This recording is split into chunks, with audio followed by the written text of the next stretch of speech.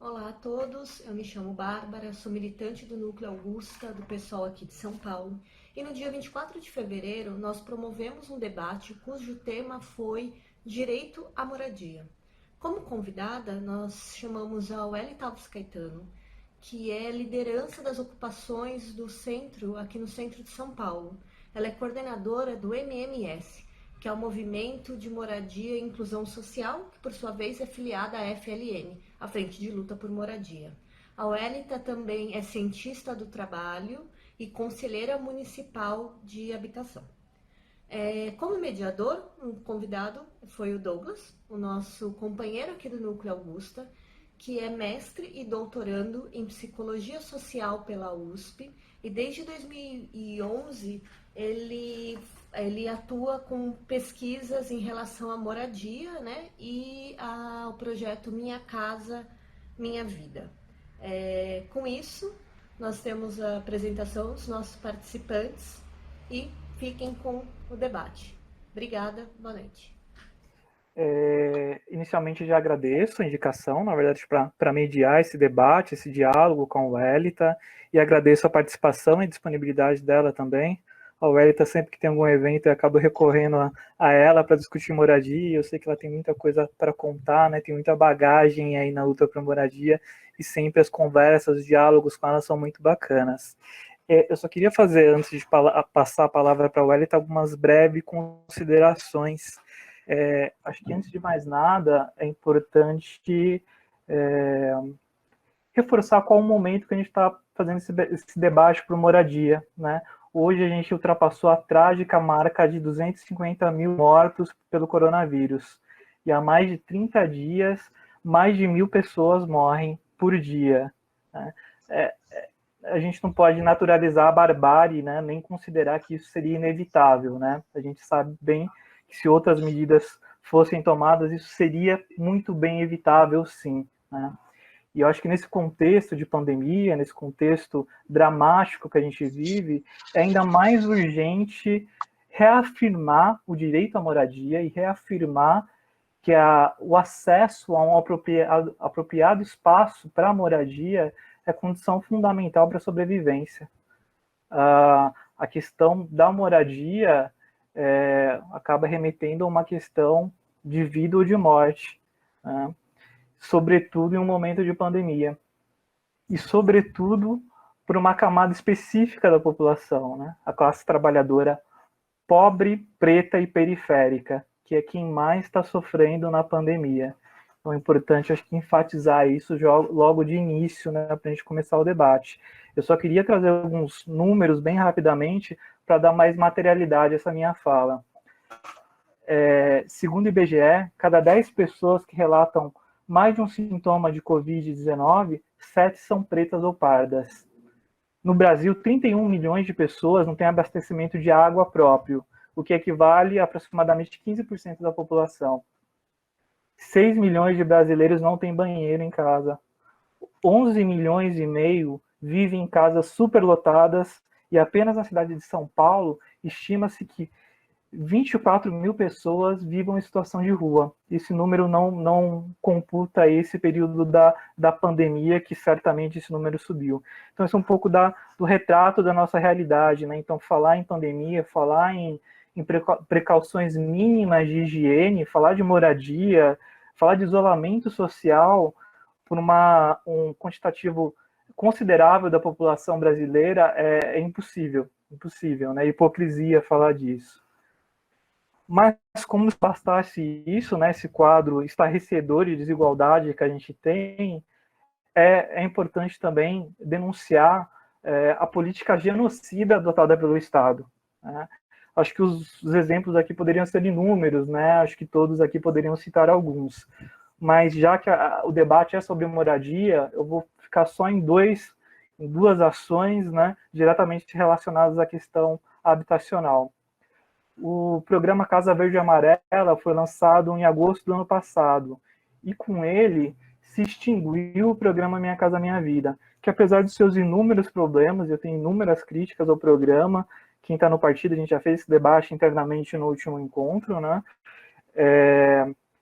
Era um programa que construía em massa moradias para a população de baixa renda. Então, com a extinção do programa, consequentemente, a faixa 1 do programa também foi extinta. E essa faixa 1 não é contemplada nesse novo programa Casa Verde e Amarela. Nada mais é do que um financiamento de mercado. Então, se extinguiu uma política pública de habitação para baixa renda. Acho que é importante mencionar isso.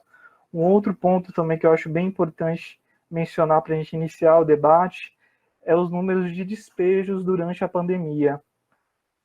Mais de 9.150 famílias foram despejadas de suas casas entre início de março e 11 de fevereiro. Só para ter uma ideia, só em São Paulo foram 2.852 famílias que foram despejadas em plena pandemia. E mais de 64 mil famílias estão sendo ameaçadas de remoção durante a pandemia no Brasil. Há toda uma articulação para que os despejos, né, seja no contexto urbano ou rural, sejam interrompidos. A Wellington faz parte aí dessa campanha, né, que é a campanha Despejo Zero. Eu tenho procurado acompanhar também em certa medida. É uma campanha que reúne diversos movimentos no sentido de se mobilizar e impedir que os despejos ocorram, ao menos nesse momento de pandemia. Há projetos de lei em tramitação também no Congresso, mas que infelizmente não avançaram. Bom, eu acho que eu já me estendi um pouco demais, né? Só para dar esses elementos, para caracterizar um pouco melhor aqui o momento, o contexto que vivemos, né? O contexto político e o contexto no campo das políticas públicas. E eu acho que, sobretudo nesse momento, não só, mas sobretudo nesse momento, é importante transformar a indignação em algo mais do que indignação, né? Em resistência e luta organizada. Acho que sentir indignação já é um bom sinal, já é um sinal de saúde nesse momento, né? Mas acho que a gente tem que ir para além disso, né? Tem que resistir e se organizar coletivamente e lutar coletivamente, né? E é justamente para pensar um pouco sobre isso que eu vou passar a palavra para a Wellington, né? Que é quem de fato está diretamente envolvido e se dedica à luta por moradia. Então, até para iniciar o diálogo com ela, de fato passar aqui a fala, só queria iniciar com um convite para a Wellington apresentar um pouquinho melhor para a gente o MIS, que é o movimento do qual ela faz parte, né, que faz parte aí também da frente de luta por moradia, como a Bárbara já citou, né, e que atua em cortiços e ocupações no centro de São Paulo, não, Wellington? Se você pudesse falar um pouquinho mais para a gente sobre o trabalho que vocês fazem, né, a forma como vocês atuam, só para dar uma contextualizada para todos que estão nos acompanhando. E só um recadinho rápido, retomando o que a Bárbara falou inicialmente, questões e comentários já podem ser feitas aí durante a fala da Wellington, no chat, que a gente vai procurar organizar aqui e responder no final. Obrigado, e eu passo a palavra para você aí, Wellington. E obrigado mais uma vez aí pela presença e participação. Obrigada, Douglas, Bárbara, e ao núcleo também do pessoal, né, por ter essa sensibilidade de ouvir sobre as questões da luta por moradia aqui na cidade de São Paulo,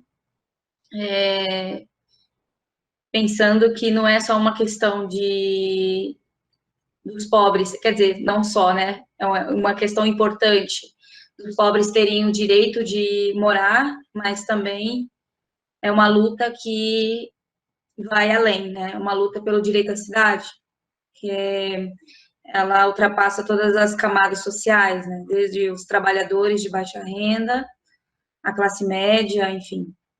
Então, eu sempre digo que o sem tetos é a pedrinha no sapato dos interesses, né, de transformar a cidade mais ainda em mercadoria. Bom, eu sou do movimento, né, de moradia, eu, desde muito pequena, o Douglas já está cansado de ouvir minha história, mas eu cheguei no movimento quando eu tinha 10 anos, e eu fiz parte de um movimento chamado Movimento de Moradia do Centro, né, da cidade, MMC, coordenado pelo GG, irmão do Chico César. Eu passei boa parte da minha infância numa ocupação, e depois eu a nossa família foi atendida por moradia na época do governo da Marta Suplicy, e no fim eu acabei voltando para o movimento, né? Então, fiquei até os 18 morando em ocupação, depois me afastei, e aos 22, 23 eu retornei para o movimento. E então o movimento de inclusão social, ele veio depois, né? Então, um grupo de pessoas, enfim, que vinha de outro movimento, decidiu criar uma sigla, né? Uma sigla que onde as pessoas tivessem mais, enfim, cada um inventa um monte de siglas, né? Vou falar a verdade aqui. Então, nós criamos nossa sigla no ano de 2012 e fizemos várias ocupações, né, com essa bandeira. Uma das nossas ocupações eu coordenei por 2 anos, foi ali na Marconi, também coordenado por outro movimento chamado MMPT. Por fim, nós acabamos seguindo outro caminho e ocupamos vários outros edifícios, né? Então, hoje a gente coordena cerca de 5 ocupações. Então, nós temos uma ocupação aqui na Bela Vista, que eu costumo brincar que não é uma ocupação normal, a gente sempre fala que é uma expropriação proletária. O Douglas já veio aqui e conheceu, então é uma ocupação com muita estrutura, né? No sentido que não é luxo, né? Não é uma ocupação luxuosa, mas é o mínimo de dignidade que o ser humano precisa, é uma ocupação que oferece isso, no sentido em que há espaço para as famílias, né? Em seus apartamentos, cada um vive num apartamento, tem o seu próprio banheiro, sua cozinha, né? Todas as crianças têm uma mesa em casa para fazer lição de casa, enfim, tem muita estrutura. E nós coordenamos também uma outra ocupação no Parque Dom Pedro, então é um prédio do Lau Chon, né, um dos maiores mafiosos aí, talvez do Brasil, e talvez um dos mais aí do mundo, né? E enfrentamos muitos desafios, né, para permanecer lá, mas é uma ocupação que está há 3 anos. Vamos fazer 4 anos agora no mês de abril. E coordeno também uma ocupação na Moca, na região da Moca, e é um prédio que é uma massa falida, e uma ocupação na Ipiranga, outra ocupação na Lapa, e, além disso, nós fazemos um trabalho de organização de base, né? Então, é muito importante o trabalho de base para as lutas, né? Então, nós nos reunimos são 8 grupos que o nosso movimento coordena, grupos esses que estão, né, nessas regiões onde a gente atua, né, que é a região da Bela Vista, Moca, Ipiranga e Lapa. E, além disso, também nesse processo agora de pandemia que a gente está vivendo, né, então, o Douglas lembrou bem, a gente já está no número de 250 mil, e as previsões é que até o mês de julho chegaremos a cerca de 150 mil mortos, né, a mais. Enfim, nós começamos a fazer um trabalho com os cortiços, aqui na região da Bela Vista e também na região do Cambuci e na Moca. Então, nós coordenamos e fazemos um trabalho com 38 cortiços, são cerca de 470 famílias. A MIS é apenas uma pequena célula, né? Então, é apenas um pequeno trabalho que eu acabei de descrever para vocês. Ao todo, na frente de luta, a frente ela é uma articulação que reúne 12 movimentos, né? São movimentos coordenados por mulheres. Nós só temos um único homem coordenador, o restante são mulheres. E, ao todo, a frente coordena cerca de 38 ocupações. A gente tinha 40 ocupações, agora menos 2 ocupações na cidade, além de 138 grupos de base.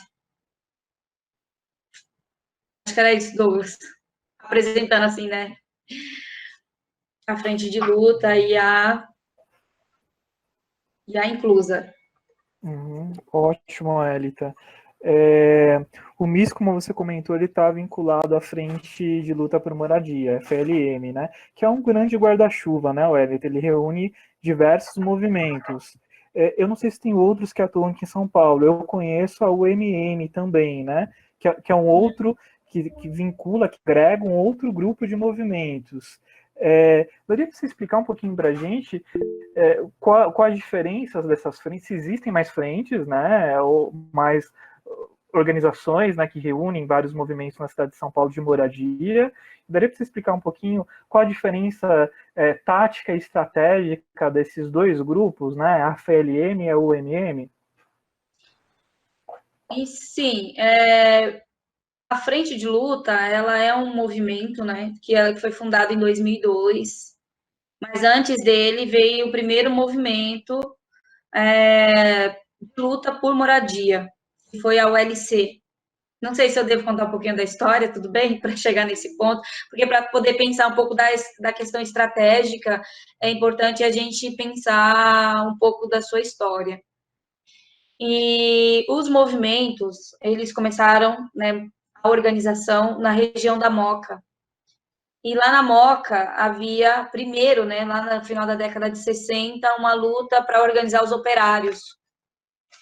E no fim da década de 70, o começo dos anos 80, era muito difícil organizar os operários, né? Então, era uma pauta que já não estava agregando tanta gente. Então, nossas lideranças mais antigas, né, que viveu esse período, ela nos conta que haviam reuniões em onde se reuniam, sei lá, 3 pessoas, 2 pessoas. Então, era muito difícil. O movimento, então, ele começou a organizar os operários. Operários não, as pessoas que viviam nos cortiços. Por quê? Os operários levavam uma demanda, que era a questão da moradia. Eles viviam, então, nos cortiços, na região da Moca, e não havia nenhum tipo de segurança. Então, a qualquer momento, essas pessoas elas eram jogadas na rua, ou elas não tinham enfim, atrasou um dia, no outro dia já perdia sua moradia, ou então eles não tinham problemas com energia, enfim, né, com segurança mesmo no local onde eles moravam. Começou-se a luta pelas pessoas que viviam nos quintais, né? Então era a luta dos quintais. E se criou um movimento, que foi a primeira sigla, que se chama ULC, que é a União de Lutas dos Cortiços, dos Encortiçados. Hoje, a ULC, ela é um movimento que se chama ULCM, né? Ela acrescentou o M, que é Cortiços e Moradia. A partir dessa organização das pessoas que viviam nos cortiços, né, então a mente das pessoas, né, das lideranças, foi se alargando e vendo possibilidades de luta pela chave, né? Então, se antes era para poder defender essas pessoas que viviam nesses cortiços para ter um mínimo de garantia, né, de segurança, a luta, então, ela se expandiu para a questão da moradia. Na época do governo, né, da Erundina, várias dessas associações, elas fizeram parcerias com o governo para a construção de mutirões, autoconstrução, né? Fizeram muito mutirões pela cidade.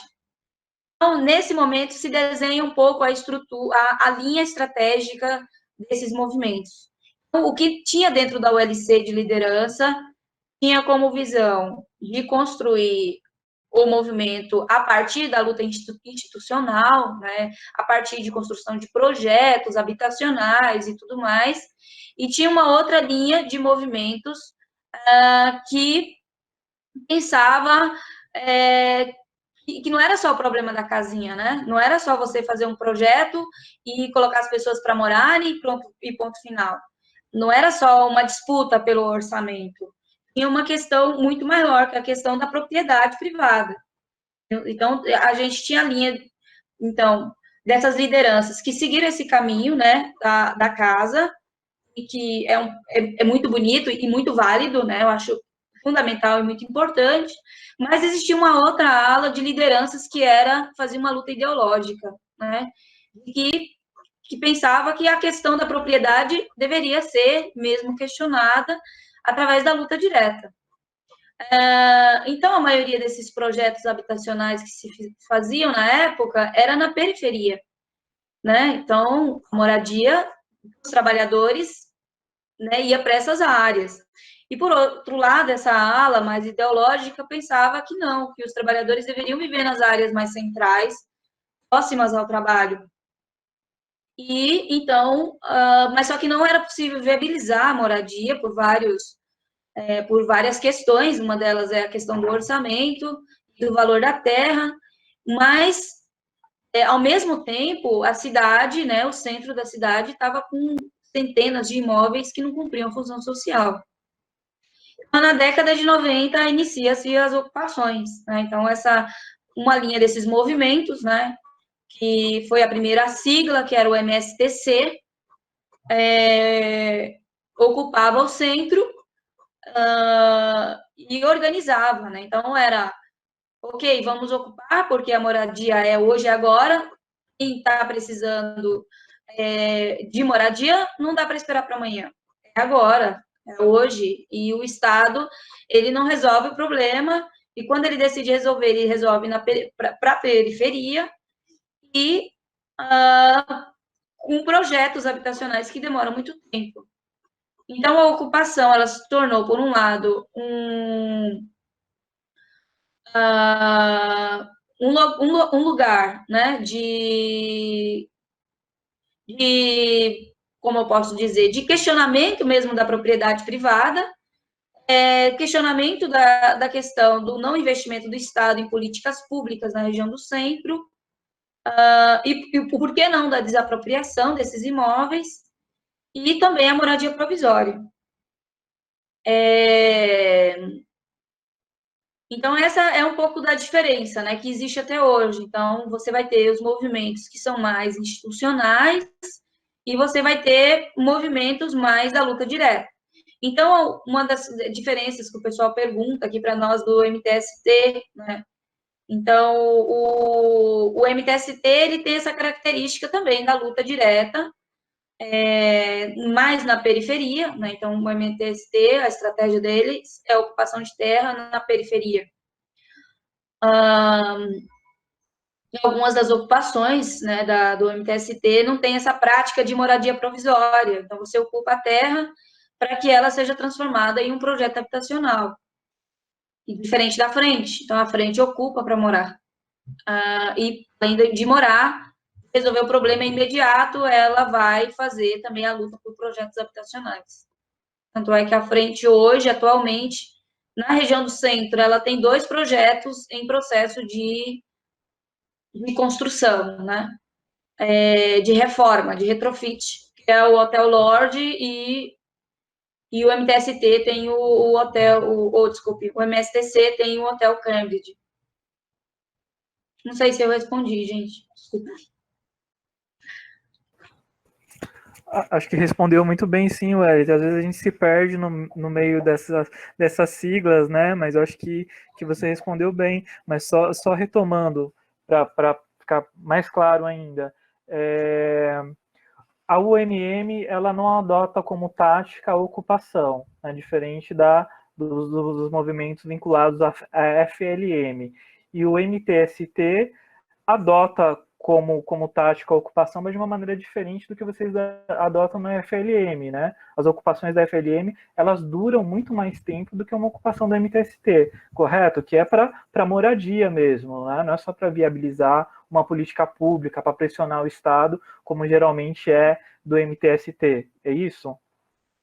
Sim, eu não tenho muito conhecimento do MTST, né? Então, é meio difícil para mim, para eu, sei lá, explicar um pouco. Essa é a percepção que eu tenho dentro dos movimentos, né?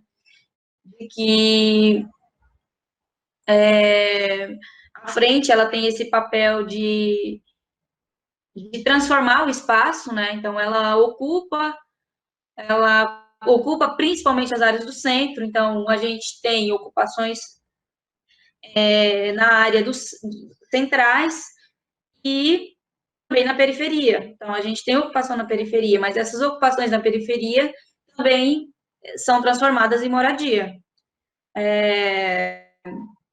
Obviamente que a frente não tem como prática achar ou acreditar que o movimento por si vai resolver os problemas e que é dever do Estado, né? Então, a frente ela tem consciência, a obrigação de resolver o problema da habitacional é uma questão de Estado, né? Mas, se você tem a escolha entre pagar aluguel e se alimentar, e sabendo que o Estado ele é omisso, né, se não criminoso, né, porque o sem-teto ele vive em estado de necessidade. Então, quando se está em estado de necessidade, as pessoas elas podem agir para poder solucionar os seus problemas, né? Pelo menos provisoriamente.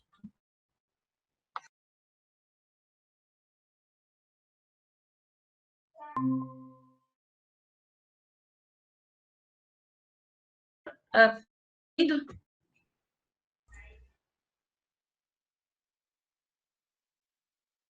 Muda um pouco. Ah, é? Eu achei não, que tinha tinha problema dado com a tilt minha, aqui. mas agora acho que retomou, Elita. Então, assim, aqui a UMM também tem essa prática só institucional, também seria injusto, né? Então, a UMM também, ela pratica, ela tem como estratégia e ferramenta de luta a ocupação, mas também bem menos do que a frente de luta. Então, o trabalho de base da FLM é organizar esses trabalhadores de baixa renda que não tem mais condições de pagar aluguel. Ou ela paga aluguel, ela vai morar debaixo da ponte, ou ela vai para o albergue. Então, depende muito, tem movimento, vamos pensar no perfil da UMM, os trabalhadores que estão lá são pessoas que pagam aluguel, né? E tem um trabalho, é trabalhador de baixa renda, mas que ainda tem uma possibilidade de sustentação temporária. O público da frente de luta é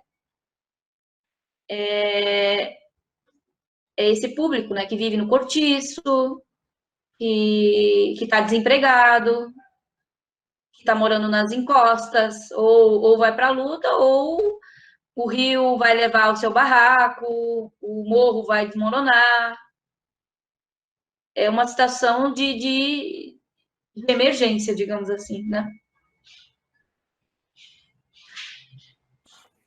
Bacana, Elita.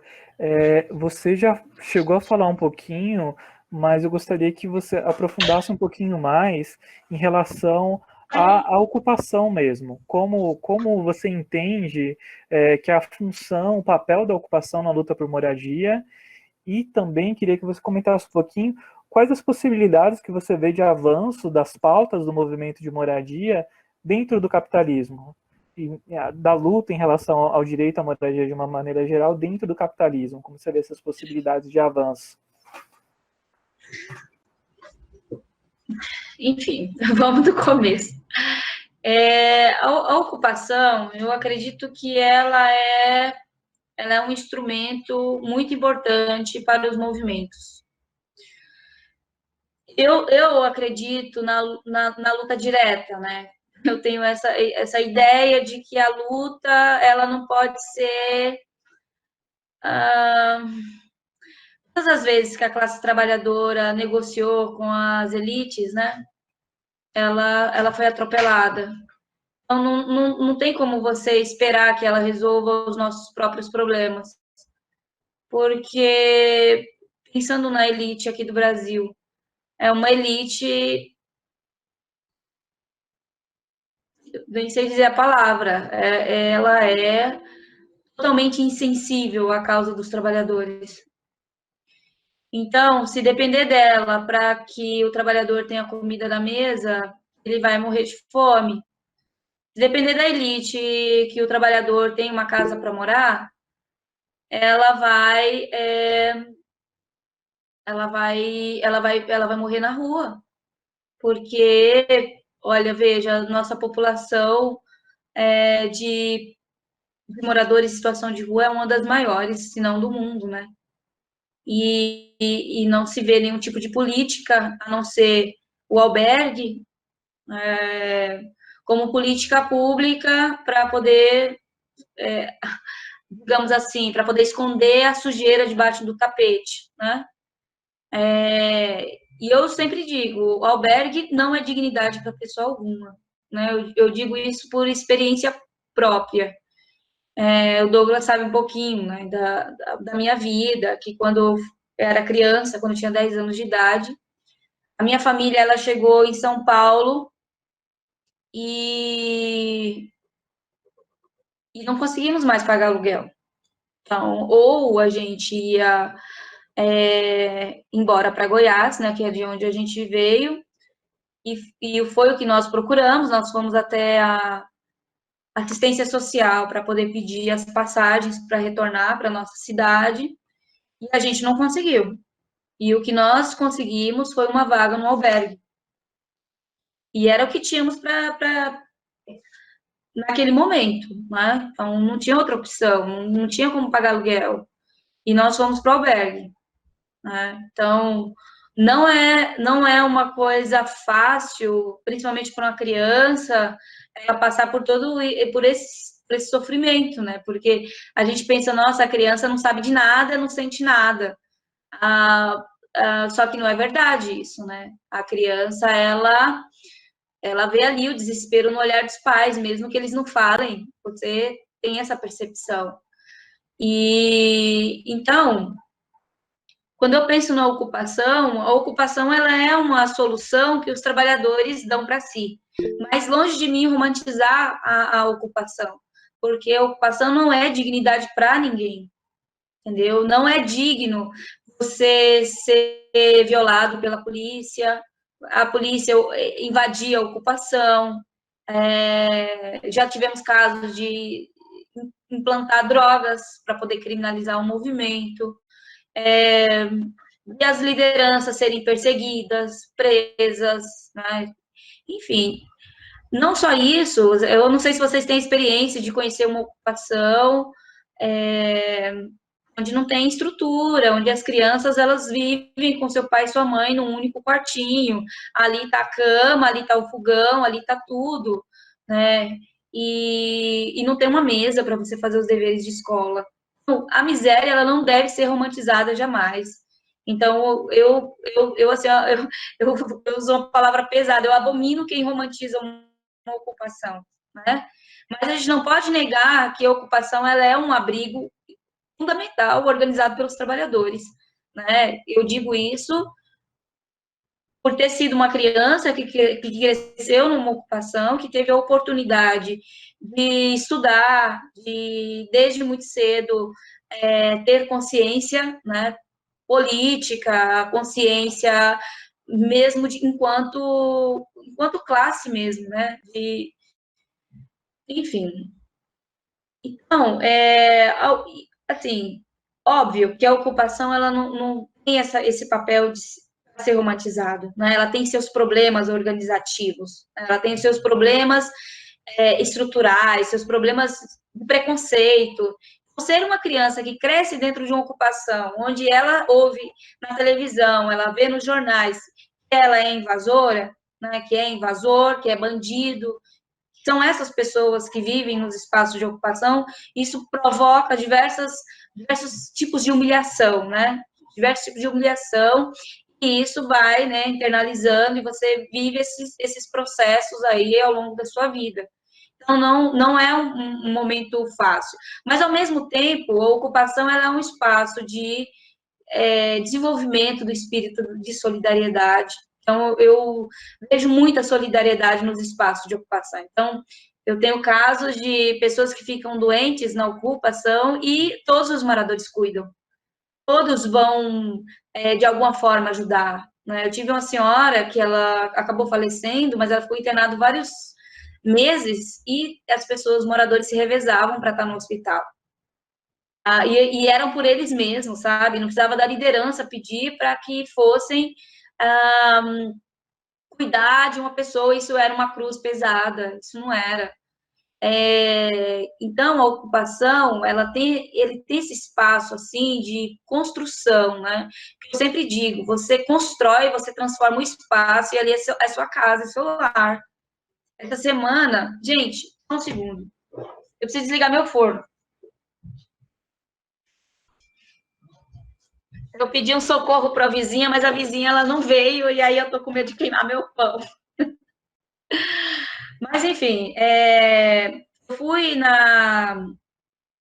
no domingo fazer uma assembleia, uma ocupação lá na Parada Pinto, na Brasilândia, e lá moram 125 famílias, e estão lá desde 2014, e lá, à frente, ela tem como princípio, não construir de alvenaria numa ocupação.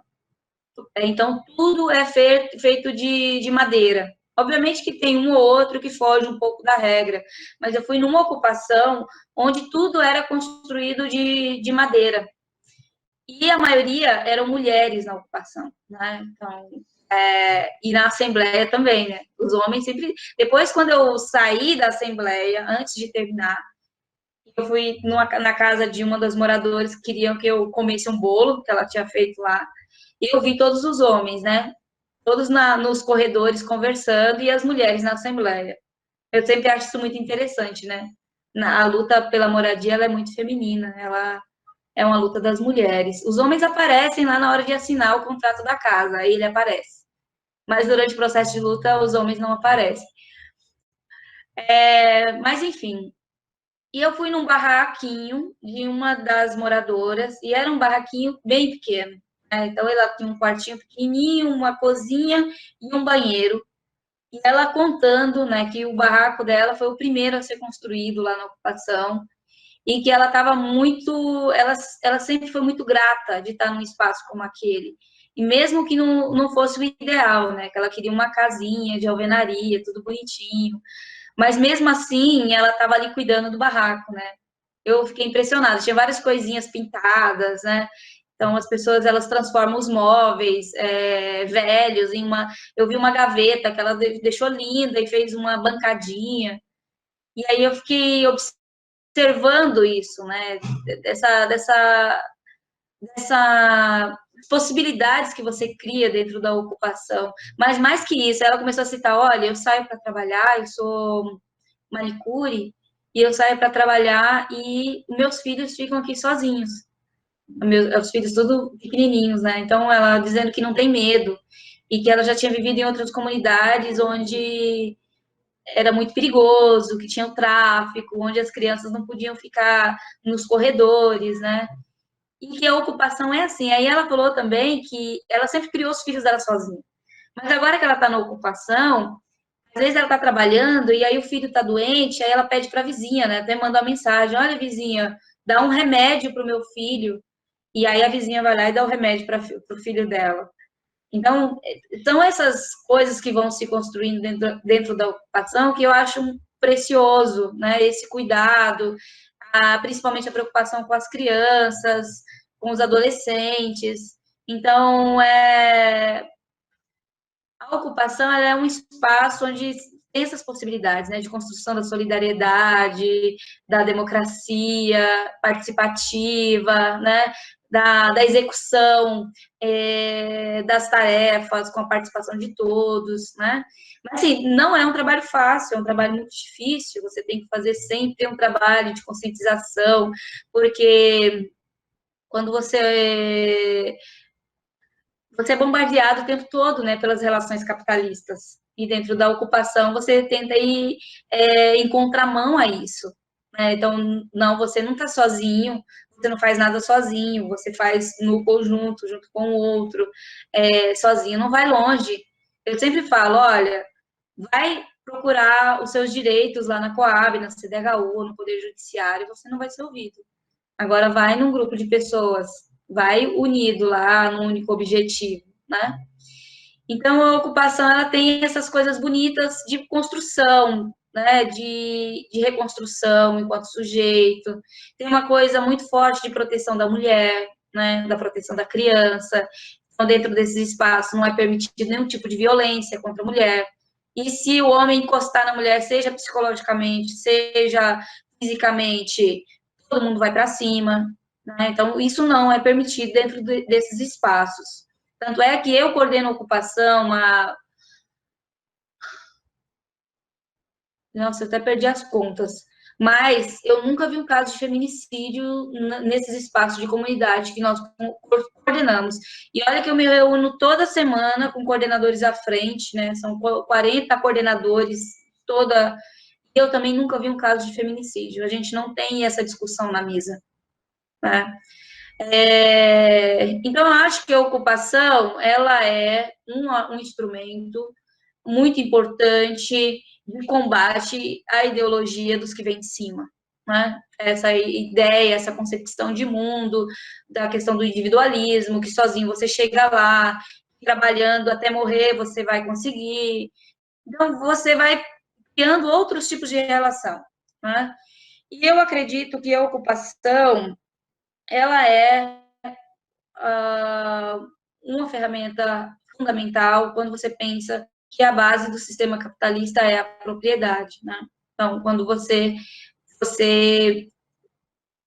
rompe com isso, eu sempre digo, os advogados do movimento, eles têm um limite, né? Eles vão chegar aqui e daqui eles não podem passar, né? Que é o que a lei vai dizer, o que você pode fazer, até onde você vai na defesa. O movimento ele vai ultrapassar esse limite. A gente estava com uma reintegração, como eu citei para vocês, da Almirante Negro, que é uma ocupação no Parque Dom Pedro. O proprietário é um grande mafioso, né? Um cara que aliados lá em cima e aliados lá embaixo, né? Então, as forças são assim, vai desde a polícia ao crime organizado, a máfia chinesa, tudo que vocês possam imaginar. E aí a gente estava com a integração de posse marcada para o domingo. E aí nós falamos para as famílias, vamos para a porta do tribunal. Eu falei para o nosso advogado, falei assim, ó, nós estamos indo para a porta do tribunal para poder tentar reverter a situação. E aí ele falou assim, olha, Wellington, eu acho muito difícil, muito difícil. Aí eu falei isso para ele, eu falei assim, olha, você foi até o seu limite, agora o movimento vai até onde ele pode ir. E nós fomos com 600 famílias para a porta do tribunal, às 2 horas da tarde, na sexta-feira. Quando foi às 7 horas da noite, o desembargador julgou causa favorável a nós. Então, isso foi em 2019 e a gente está lá até hoje, né? Então, as famílias iam passar o Natal na rua se elas não tivessem levantado a bunda da cadeira. A maioria já estava com tudo empacotado dentro da ocupação. O movimento, ele tem a ocupação, ela constrói uma esperança, mantém viva. E eu acho que hoje falta para a gente, né? Eu acho que a gente está muito sem rumo, desesperançados mesmos, né? Com esse cenário que a gente está vivendo. Então, o movimento da ocupação, né, que tem toda essa construção do fazer junto, da solidariedade, isso reflete na hora da luta direta. E aí, isso desperta uma esperança, uma vida, sabe? Do que é possível, a partir da luta coletiva, fazer muita coisa, desde que esteja organizada. Então, pensando hoje, assim, sobre outras formas dos pobres resolverem seus problemas, eu não acredito. Eu não acredito em projetos habitacionais, porque você faz 10 casas, mas você tem 100 mil sem moradia. Então, o capitalismo, ele te dá umas migalhas, sabe? Ele deixa cair umas migalhinhas aqui em cima da mesa. Eu acho que esses programas habitacionais, que eu acho importante e fundamental, e tem que ter a luta por isso, mas algo que não vai resolver o problema, porque o problema é estrutural. Então, você precisa ter uma reforma agrária, você precisa ter reforma urbana, você precisa mudar a estrutura, né? Então, Enquanto isso não ocorrer, você vai ter um monte de gente iludida, porque eu não quero chegar na base e iludir as pessoas. Olha, vamos fazer o projeto habitacional, só que depois eu consigo indicar 100, eu tenho 1.000, né? Eu tenho 1.000 famílias que precisam da moradia. E aí você vai viver nisso, sabe? Aquela promessa de que se você trabalhar bastante, você vai ter uma vida digna, que o capitalismo mente pra gente. O movimento, na minha concepção, o movimento não pode ter essa lógica também. Ele pode trabalhar com isso, mas ele precisa ter outras ferramentas que eu considero revolucionárias. Então, eu acho que a ocupação é esse instrumento, né? Então, porque senão você vai enganar a base, e as pessoas, elas desistem, elas desanimam, porque o problema dela é hoje e agora. Então, a liderança precisa ter esse olhar, as pessoas que organizam base, elas precisam ter esse olhar, e não precisa, e sabe, eu acho que a esquerda, ela se ilude muito com isso, eu acho que a gente fica muito iludido e agarrado, sabe? Ah, eu ia falar um ditado que a gente fala dentro do movimento, mas é muito feio, vocês podem se assustar. E agarrado em, sei lá, nas instituições, agarrado dentro do... Estão dizendo para eu falar. A gente fala pendurado lá na bunda do saci. Aí o saci, ele fica pulando de uma perna só, né? Então, a chance de você cair de lá, ela é muito grande. Enfim, então você fica lá dentro das instituições, que eu acho importante, né? Mas não pode ser só isso. Você fica lá no Congresso, lá na Câmara dos Vereadores. Os partidos políticos organizam a base com esse objetivo, né? E é um período, sei lá, a cada 2 anos, mas a necessidade dos trabalhadores é hoje e agora. É por isso que os trabalhadores estão desanimados com sindicatos, com partidos políticos, enfim, porque não tem respostas, assim, na realidade. A realidade das pessoas preciso de casa, sabe? Preciso de moradia. Eu não vou vir aqui na base discutir como é que eu vou escrever, vou fazer uma piadinha idiota, mas se eu vou escrever com A ou com X ou sei lá o quê. Não, gente, é importante, isso mas a base hoje ela precisa de trabalho, e ela não é trabalho precário, né? As pessoas precisam de trabalho, e trabalho, não estou falando emprego, sei lá, nas fábricas, essas coisas, estou falando essa relação que o ser humano tem com o trabalho, né? Esse direito humano, não com o que nós vimos hoje, mas essa relação onde o ser humano ele possa se ver no resultado do seu trabalho, né, que possa ser uma extensão disso.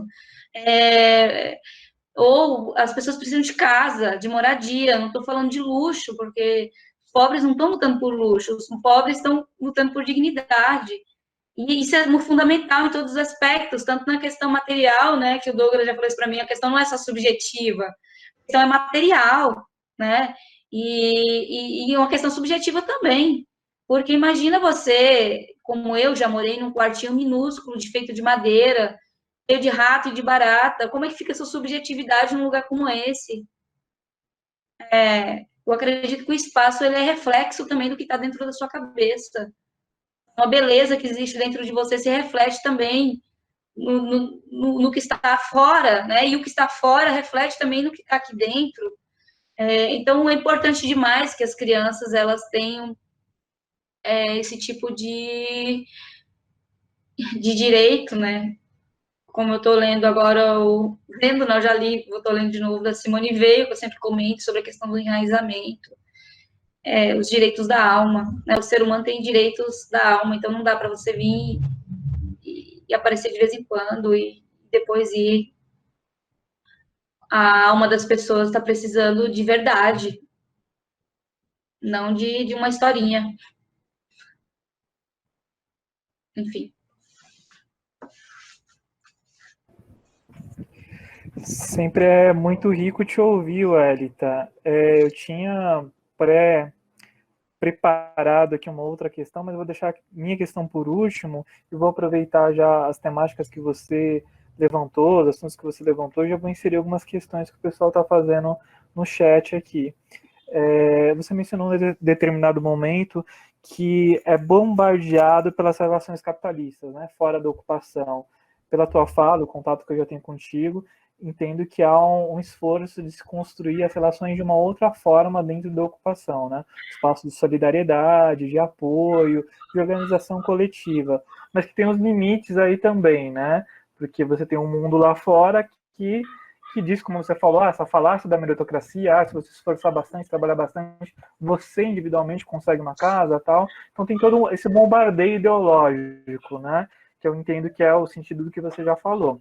Então, como é que vocês trabalham com isso, né, dentro da ocupação, para conseguir minimamente conduzir para outros caminhos, né? E isso vai muito no sentido que a Raquel também perguntou, que ela gostaria de saber um pouco melhor como é o trabalho de base que você mencionou. E você mencionou várias vezes a questão da base, de não mentir para a base, tal, e de realmente ter essa relação sincera e aberta. Então, se você contasse um pouquinho mais como é que é feito esse trabalho de base, como é que é feito para lidar com isso dentro da ocupação, né? Tá. Então, o movimento, ele tem um regulamento, né? Então, quando eu cheguei no movimento, essa regra já existia. E essa regra são os princípios do movimento. E esses princípios, qualquer pessoa que venha, ela tem que estar disposta a construir isso. E toda a elaboração desses princípios, né, desse regulamento, ela está fundamentada na questão da solidariedade, da democracia participativa, no sentido em que todos participam, todos decidem, todos executam, e na questão também da transparência, né? Claro que existem desvios, sim, assim como basta ver para a questão, sei lá, questão religiosa, questão dos partidos, enfim, né? As instituições humanas, estruturas humanas, são muito falhas. Mas o nosso regulamento, ele é um regulamento baseado nesses pilares, né? Então, quando você fala, olha,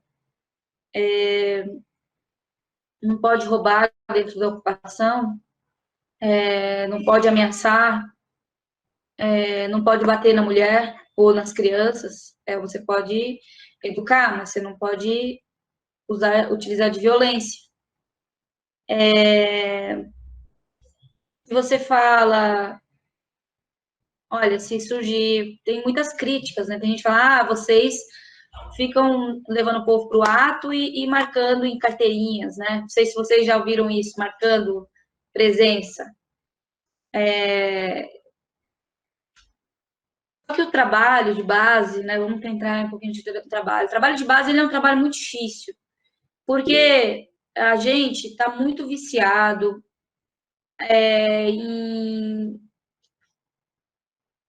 em receber assistência, não sei como dizer isso, né? O assistencialismo, a coisinha que vem, e que, enfim, é muito complexo falar sobre isso. Mas a nossa base, ela é uma base que ela não consegue, com muito trabalho, muito esforço, que você vai fazer com que ela entenda que as coisas que vêm é por meio da luta. E que se ela não lutar, não vai ter resultado. Não tem, você vai continuar na mesma. Mas o processo de você levar as pessoas para um ato, né, que a gente chama de educação popular, educação na prática. Se você leva uma família para um ato, mas para levar para um ato, ela precisa de um condicionante, é impressionante. Ela precisa de algo que a motiva para poder ir. Isso a princípio. Depois você vai percebendo o processo de formação, sabe? Mas a princípio você precisa de uma. E é assim, as pessoas, elas adoram um pontinho, né? Elas adoram que anote o nome dela no caderno e diga, olha, você participou e você tem um ponto. Mas aí depois é que vai construindo, é um tijolinho de cada vez. Quando você leva alguém para um ato, assim, primeira coisa, a porta de entrada é a moradia. E a moradia é um problema geral. Então, como eu citei, a princípio organizávamos os operários, né? Então, com o desmonte, né, enfim, da questão trabalhista, se percebeu que isso não ajuntava mais, né? E aí foi-se para a questão da moradia, mas obviamente com uma questão ideológica de transformação e de revolução por trás. A luta não é por uma paredinha de 4 lados, entendeu? A questão é transformação do sujeito histórico. E, enfim, quando você leva alguém para um mato, então algo vai se transformando. Às vezes você não tem como levar para esse trabalhador a questão teórica, né? Você não vai levar Marx, você não vai levar Engels, enfim, você vai levar na prática. Depois você pode trazer um pedacinho de um trechinho para conversar sobre isso. Então, quando ele vai para um ato e ele é violentado pela polícia, ele vai começando a perceber as estruturas de Estado. Quando ele vai para o ato e ele percebe que a prefeitura recebeu eles para poder ter uma reunião, e dali você sai com uma pauta e com uma decisão, eles começam a perceber, opa. Ou quando você está com uma reintegração de posse e você fala, olha, vamos lá na sala da juíza, vamos lá conversar com a juíza. Você sabe que a juíza vai te tratar que nem cachorro, né? Mas o povo não sabe. Então, quando você faz esse processo e vai lá, que nem eu faço, levar o povo lá na sala da juíza de surpresa, quando você entra dentro do fórum, sem ninguém saber, quando vê tem um monte de pobre dentro da sala da juíza, não dentro da sala, mas pedindo por gentileza, Vossa Excelência, né? Olha, tá aqui as famílias com as crianças, e aí o juiz fala para você, nunca, em 18 anos de trabalho, eu jamais falei com gente como vocês. E aí as famílias começam a perceber, opa, como assim gente como a gente, né? Então, são processos, né, que você vai, e a partir dessa experiência, você vai trazendo um pouco de teoria para a base. Então, a base, ela não é pessoas, e vamos lá ser professor deles, vão me ensinar, né?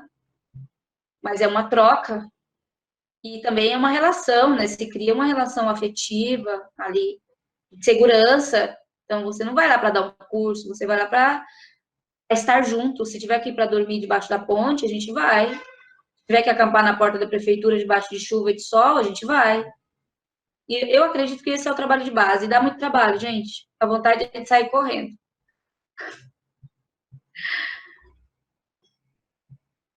Eu não sei se eu respondi de novo, porque de vez em quando eu viajo na maionese, hein, gente? Respondeu sim, Welita. Eu vou aproveitar e vou seguir aqui nas questões. Tenho do Bruno e da Bárbara, né, de questões assim mais objetivas, né? O Bruno aqui pede, Welita, se você puder falar um pouco como estão as relações atuais com a prefeitura, se tem tido uma pressão maior para a reintegração de posse, enfim, e também como está a situação desses edifícios que foram desapropriados, mas não tem verba para reformar, Lorde e Cambridge. E a Bárbara, ela pergunta também como você avalia o CMH, Conselho Municipal de Habitação, né? Ele funciona, as deliberações ali geradas são encaminhadas? Tá. Bom, a primeira coisa é que tem verba, sim, gente. Hotel Cambridge e Hotel Lorde, tá aí a todo vapor, pelo que eu sei. Tanto é que o Hotel Cambridge tem planos já de entregar a chave, se eu não me engano, a assistente social me ligou para já no meio do ano, não é isso, Douglas? Não sei, Sim, você está acompanhando? vou complementar então. Sim, é um projeto que eu acompanho até o Cambridge, né, o projeto social, e sim, está bem adiantado já, acho que tem uma previsão de em breve já de finalizar. O que ocorreu, Bruno, não só nesse momento, mas já desde o ano passado ou antes disso, alguns atrasos, né, alguns problemas de Mas aí o povo recursos. foi para a rua, né, Douglas? O povo foi lá na Sim, porta da Caixa sim. Econômica quebrar o pau. Foi protestar lá, então tá andando, né? Andou de uma maneira mais vagarosa, mas está caminhando. Mas é isso mesmo, Hélio. Então, enfim. A gente tem agora uma estrutura de governo muito pior do que da anterior, né? Mesmo sendo o mesmo prefeito, a gestão anterior, ela tinha mais diálogo. Então, o movimento nunca dialogou com o prefeito, mas a gente tinha temos secretários de habitação com muito diálogo e com muitas possibilidades. Teve coisas que aconteceram com a Secretaria de Habitação, em que eu acho que nem se a esquerda tivesse lá, teria tomado certas decisões assim muito favoráveis às pessoas que vivem nessa situação de estado de necessidade, né? Então, teve vários que nem sei, acho que como isso aqui vai ser público, não vale a pena comentar.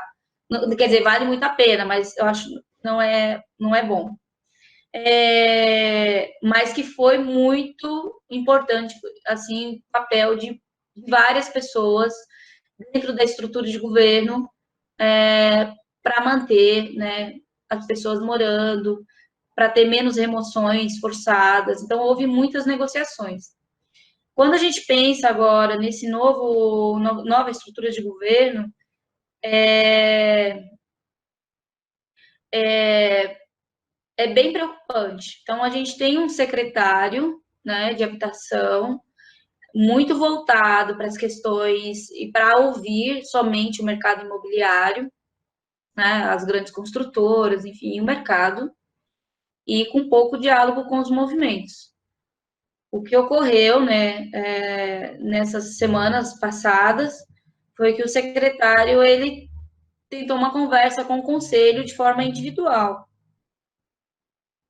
Algumas pessoas foram, outras não foram. Que é bem preocupante, né? Porque é aquela coisa, vamos separar, vamos dividir para se fortalecer. Então, a gente tem um conselho que foi muito ativo no ano passado, no último governo. Nós aprovamos um programa habitacional chamado Pode Entrar, e o Pode Entrar chegou a ser aprovado na Câmara, né? E, enfim, quando ele ia ser lançado no ano passado, o Tribunal de Contas, então, mandou parar, porque isso poderia ser considerado como era próximo ali do período eleitoral, né? Poderia ser visto como para ganhar voto. E, obviamente, né, que o governo faz qualquer coisa para ganhar voto. E aí o Pode Entrar, que tinha vários projetos, inclusive o Prestes Maia, que é a maior ocupação vertical da América Latina, ele estava nesse programa para ser reformado. Inclusive, a demanda já está formada, tudo bem adiantado, né? E aí o Pode Entrar, enfim, não entramos, né? E está tudo parado. E com esse novo secretário, ele tem aí como proposta, como projeto, fazer tudo pelas parcerias público-privado. Então, encaminhar tudo quanto é a área pública para o mercado. Obviamente que os movimentos, os conselhos estão se movimentando para serem ouvidos, né? Mas é muito difícil quando você tem essa mentalidade, essa coisa que você não pensa fora da caixa. A caixinha é mercado, a caixinha é as grandes construtoras, e você não pensa em outras possibilidades de viabilizar a moradia. Então, você tem uma estrutura que é totalmente consumida, o cérebro foi comido pelo mercado imobiliário.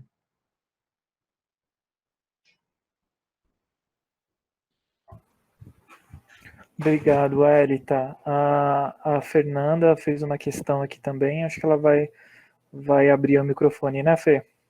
Bom, boa noite, gente. Primeiro, Elita, uma aula, obrigada mesmo por estar aqui. Então, só para eu contextualizar, eu vou me apresentar, porque eu sou professora da Rede Municipal de Ensino. Eu dou aula depois do São Miguel Paulista, em uma área que tem algumas comunidades. E aí minha pergunta falo isso porque vai nesse sentido. Eu percebo uma falta, com certeza, da esquerda, né? Nós aqui que somos de esquerda, nesse núcleo, de estar nesses lugares, né? De estar fazendo esse trabalho de base tão importante como você falou. Aí primeira dúvida como vocês chegam nesses lugares? Porque eu percebo, assim, em diálogo com as famílias do local que eu trabalho, dos meus alunos, pouco se pensa na perspectiva, né, da ideia da ocupação.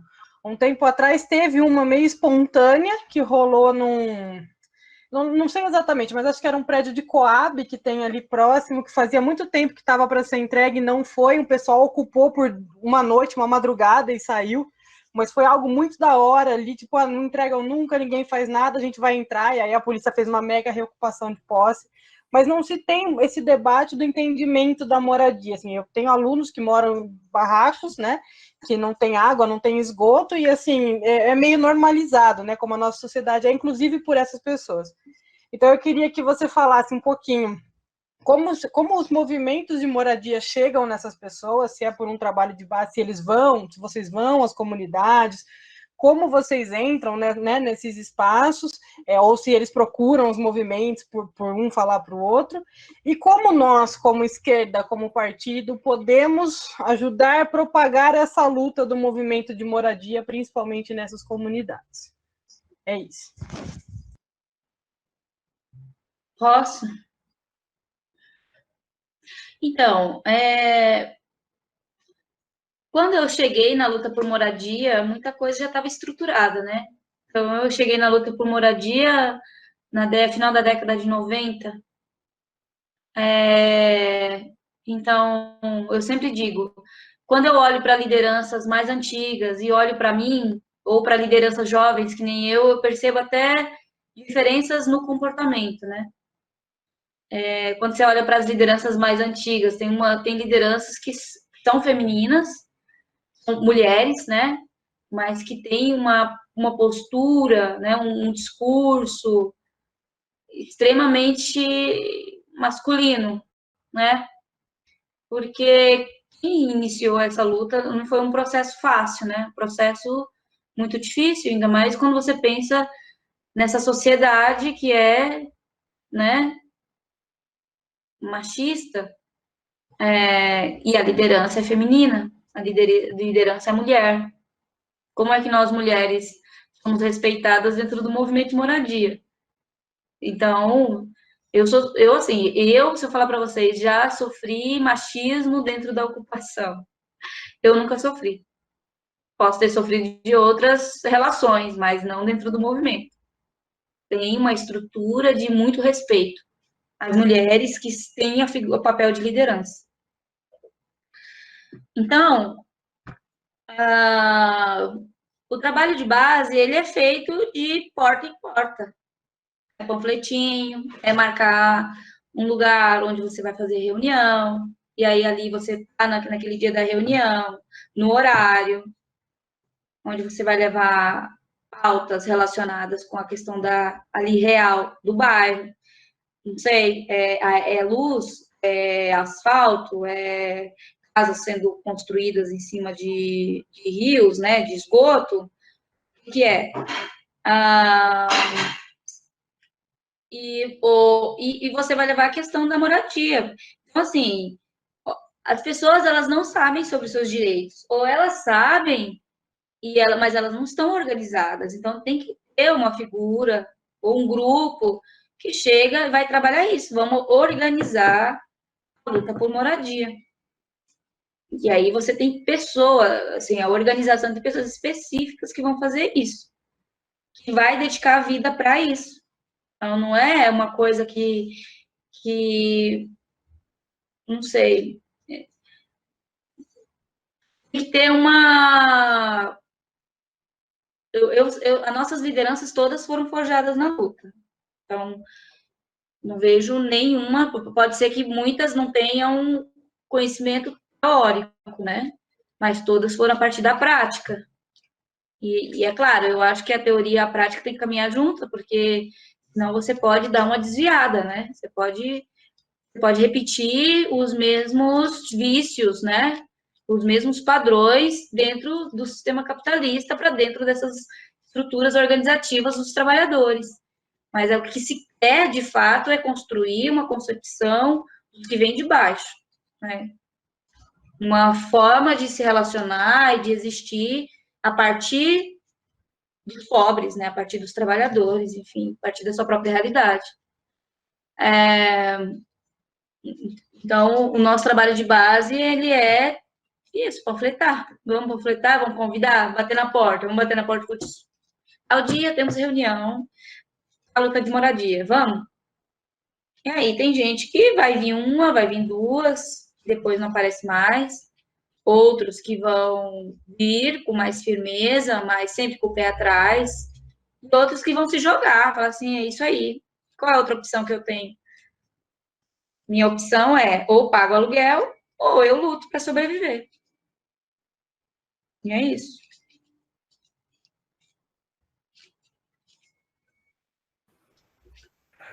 Obrigado, Elita. Uma última questão que eu tinha pensado até anteriormente vai muito na linha do que a Fê já perguntou, então eu vou aproveitar o gancho aí para a gente já encaminhando aí para a finalização da atividade também. Vai muito no sentido, nós, enquanto um núcleo de base de um partido socialista, né, podemos contribuir eu esqueci de responder isso. Para a luta por moradia. Então, vou aproveitar esse gancho que a Fê já fez e ampliar um pouco também. Como essa atividade está sendo gravada, vai ficar disponível também para outras pessoas fora do partido, aqui também a atividade é aberta para outras pessoas fora do partido, para que você responda também não só pensando no núcleo, no partido, no pessoal, né? Mas pensando na sociedade civil de uma maneira geral também, como você enxerga que pode contribuir. Então, como um grupo organizado pode contribuir, as pessoas, de uma maneira geral, podem contribuir na luta pela moradia, com o movimento e tal. Gente, eu acho que o partido ele pode contribuir muito, principalmente trazendo isso para a pauta. Então, eu já comentei isso com o Douglas, né? Mas eu sempre observo que enquanto a pauta estiver aqui embaixo, ela não sensibiliza. Então, a causa dos trabalhadores, ela não sensibiliza. Ela pode estar jogado na rua, você pode estar com não sei quantos filhos, que nem segunda-feira eu fui numa reunião do batalhão para uma reintegração de posse. E assim, sabe, não tinha SMADs, não tinha Secretaria de Habitação, não tinha conselheiro tutelar, absolutamente nada. E lá tinha uma mãe que pôde entrar, a única pessoa que mora no lugar, mãe com filho, enfim, e negra, sem dente na boca, entendeu? Quem vai ouvir uma mulher negra sem dente na boca? Sabe? Não é, passa por cima, não sensibiliza. Então, se você não leva isso para dentro da classe média, se você não leva isso para dentro dos partidos políticos, você não vai sensibilizar, tem que estar na pauta. Tem que estar na pauta. Então, eu acho que o movimento, o partido político, ele pode contribuir muito com isso. Prioridade, gente. A moradia é prioridade. As pessoas que passam pela falta de moradia, elas sofrem violência constante. Violência por, assim, posso enumerar aqui tipos de violência que uma pessoa que não tem teto, ela sofre, né? E há vários pensadores que dizem, gente, a moradia é a porta de entrada.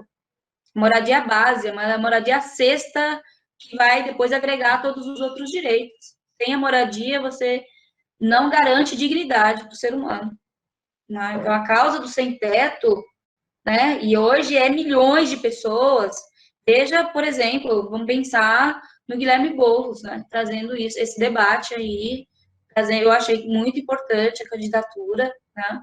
E principalmente porque é uma liderança do movimento e trazer essa importância da moradia. Da moradia, não é moradia qualquer, é moradia digna, né? Com toda a estrutura que um ser humano precisa para ser feliz.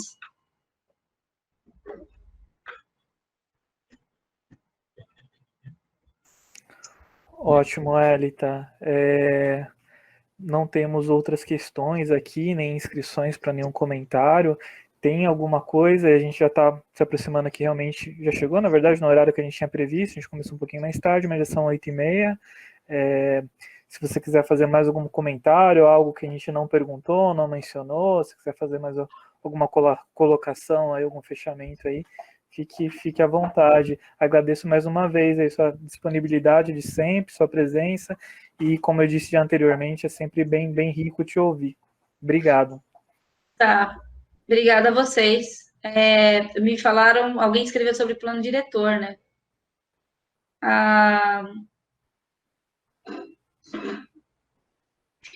Enfim, eu tô lendo aqui o que a pessoa escreveu. Sim, Eu eu não que sei pulei. exatamente qual é a questão do plano diretor, mas plano diretor, na época do governo, foi do governo Haddad, né, que foi aprovado o plano diretor. Muito importante, né, a participação dos movimentos. Então, a gente tem centenas de áreas demarcadas como ZEIs. E isso, isso impede que o mercado imobiliário, ele abocanhe ainda mais as áreas, né, que a cidade tem para poder construir moradia. Então, eu estou numa área que é ZEIS, né, esse prédio aqui, na Conselheiro Carrão. Nós só não fomos removidos ainda, porque aqui é uma ZEIS. E como ZEIS, precisa criar um conselho gestor, né, tem toda uma questão aí, e detalhe, a demanda ela precisa ser atendida no local onde ela foi removida. Se ela foi removida, ela vai ter que ter um retorno para a mesma área. Então, isso dificulta a vida da prefeitura, né, uma máquina que está na mão dos interesses econômicos. Só tem nome de público, mas toda a sua estrutura é movida para defender os interesses econômicos.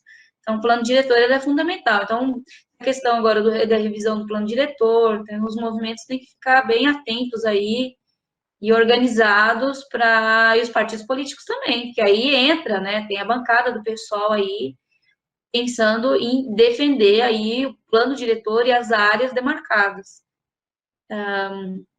E também para poder conseguir umas migalhas para o Fundurb, né, para o fundo que é voltado para o desenvolvimento aí urbano, né, voltado para a questão da mobilidade, a questão da moradia, que vem, né, dessas grandes construtoras, que elas precisam pagar impostos, veio por muita luta.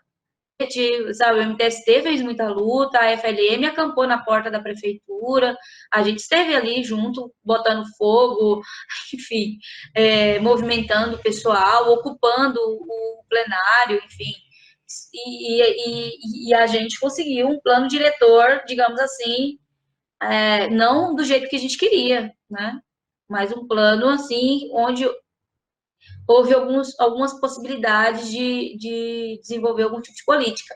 Mas quando você olha para o Fundurb, por exemplo, é dinheiro que está indo para o mercado imobiliário, né? O ano passado foram 600 milhões para o mercado. 1 bilhão eles decidiram comprar em cestas básicas para fazer campanha, né? Então, quase 3 milhões de cestas distribuídas. Também acho que é necessário, mas tirou-se, né, o que fala, né, descobriu um santo para cobrir outro. Então, você defasou o fundo e agora não temos dinheiro para projeto habitacional.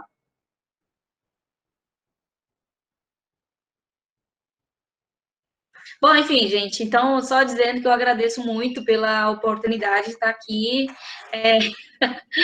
É sempre bom ter oportunidade de trazer a experiência dos sem-tetos, né, para que a nossa luta ela seja humanizada. Né? Então, mesmo dentro da esquerda, a gente encontra muita resistência quando você pensa a questão da luta por moradia, eu vejo isso porque eu venho de uma estrutura também de educação sindical, né? E percebo muito essas divisões que existem, né, dentro da luta dos trabalhadores. Mas é importante entender que somos todos, né, da classe trabalhadora. Alguns um pouquinho mais bem colocado, mas se a casa cair, não segura 3, 4 meses, né? Aí basta ver que tem muita gente na classe média sofrendo com toda essa crise que a gente está vivendo agora. Então, estamos todo mundo junto, gente. Ou a gente faz uma luta e, de fato, que seja estrutural. Claro que eu não estou falando aqui, vamos fazer uma revolução e pegar em armas, óbvio que a gente, né, gostaria, mas, enfim, se não é possível, a gente vai fazendo pequenas revoluções. micro-revoluções, né? Começando pela gente e com um grupinho, né? A gente vai plantando as sementinhas por aí. É assim que começa o trabalho de base. Muito bacana a tua fala, Elita, e assim, de pleno acordo, acho que muitas vezes tentam tirar a legitimidade da luta dos movimentos populares, né, e das pautas, como a pauta da moradia, que é fundamental, né, e desqualificar isso de alguma forma, e se procuram mais diferenças e não semelhanças da luta, né, e de realmente se organizar e de somar em uma luta maior. E assim, eu acho que a prática de vocês é revolucionária, sabe? Ocupar um prédio que está vazio no centro, que é um lugar historicamente que historicamente a população pobre é expulsa, a classe trabalhadora é expulsa. Então, ter essa iniciativa e colocar isso e organizar essa luta é revolucionário, sabe? Então, agradeço muito a tua disponibilidade, a tua participação, acho que foi muito rico aqui, o pessoal está todo mundo elogiando, assim, então acho que foi um encontro muito rico. Queria agradecer também a Bárbara, o Augusto aí também que estava no suporte o tempo todo, né? A galera da comunicação que também divulgou aqui o encontro. A construção aqui também é coletiva, né, Wellington? Acho que não vou nem citar mais nomes para não ser injusto. Agradecer a todo mundo mesmo que contribuiu e todo mundo que ficou aqui também, que conseguiu participar um pouquinho, que está aqui até o final. Acho que isso é super importante. Eu comecei a falar finalizei minha fala inicial falando sobre indignação e queria, só para fechar aqui, trazer uma carta do Che Guevara que fala um pouco disso. É uma carta bem curtinha, são 2 parágrafos só, bem curtos, e a resposta do Che Guevara para uma moça que vivia na Espanha, que também tinha o sobrenome Guevara, e ela escreve para ele perguntando, será que somos parentes, né? E ele responde para ela da seguinte forma, companheira, na verdade, não sei bem de que parte da Espanha é a minha família. Naturalmente, faz muito tempo que meus antepassados saíram de lá com uma mão atrás e a outra na frente. E eu não as conservo assim, só pelo incômodo da posição. Não penso que sejamos parentes muito próximos, mas se você for capaz de tremer de indignação cada vez que se comete uma injustiça no mundo, então somos companheiros. O que é mais importante? Uma saudação revolucionária. De pátria ou morte, venceremos. Comandante Ernesto Che Guevara. Venceremos. Sim. Então, gente, obrigado. Vamos encerrando, então. Agradeço aí mais uma vez a todos. O Wellington mais uma vez. E valeu, acho que foi bem bacana. Foi bem rica aí essa noite. Valeu. Gente, obrigada, Wellington. Obrigada, Douglas, também, né? Gente, foi muito bom, assim, e como a Fernanda colocou aqui no chat, né, espero que a gente possa articular para contribuir de alguma maneira, assim, não vamos deixar que esse debate finalize aqui com o encerramento dessa sala, dessa sessão, e vamos voltar a falar no tema, a ver como é possível ajudar nessa construção, assim, vai ser muito bom, foi bem bom mesmo, gente. Eu só queria parabenizar, posso? Não, eu só queria Claro. parabenizar, eu acho que a todos vocês, né? Eu achei muito bonito essas eleições, né? Essa campanha que teve agora, e foi muito bonito ver o pessoal na rua, e aí a gente do movimento também, eu achei muito bacana. Gostaria de parabenizar vocês. É isso. Ai, obrigada. E eu deixei aqui o link do Insta do MMSI para quem quiser acompanhar também. Bom, e é isso, gente. Obrigada de novo. Obrigado, Wellington. Obrigado, Douglas. Obrigado. Boa semana. Só um recado bem rápido, Bah, já como esse vídeo vai ficar disponível, né? Acho que é importante a gente divulgar também o Instagram do PSOL, né? Núcleo Augusta, PSOL Núcleo Augusta, né? Para nos achar no bem lembrado. Instagram. E quem tiver vendo o vídeo aí, quiser saber um pouco mais do partido também, quiser somar também essa luta, dá para entrar em contato com a gente aí pelo Instagram. Obrigado. Ótimo, bem lembrado. Gente, obrigado de novo. Foi ótimo. Beijo. Tchau, pessoal.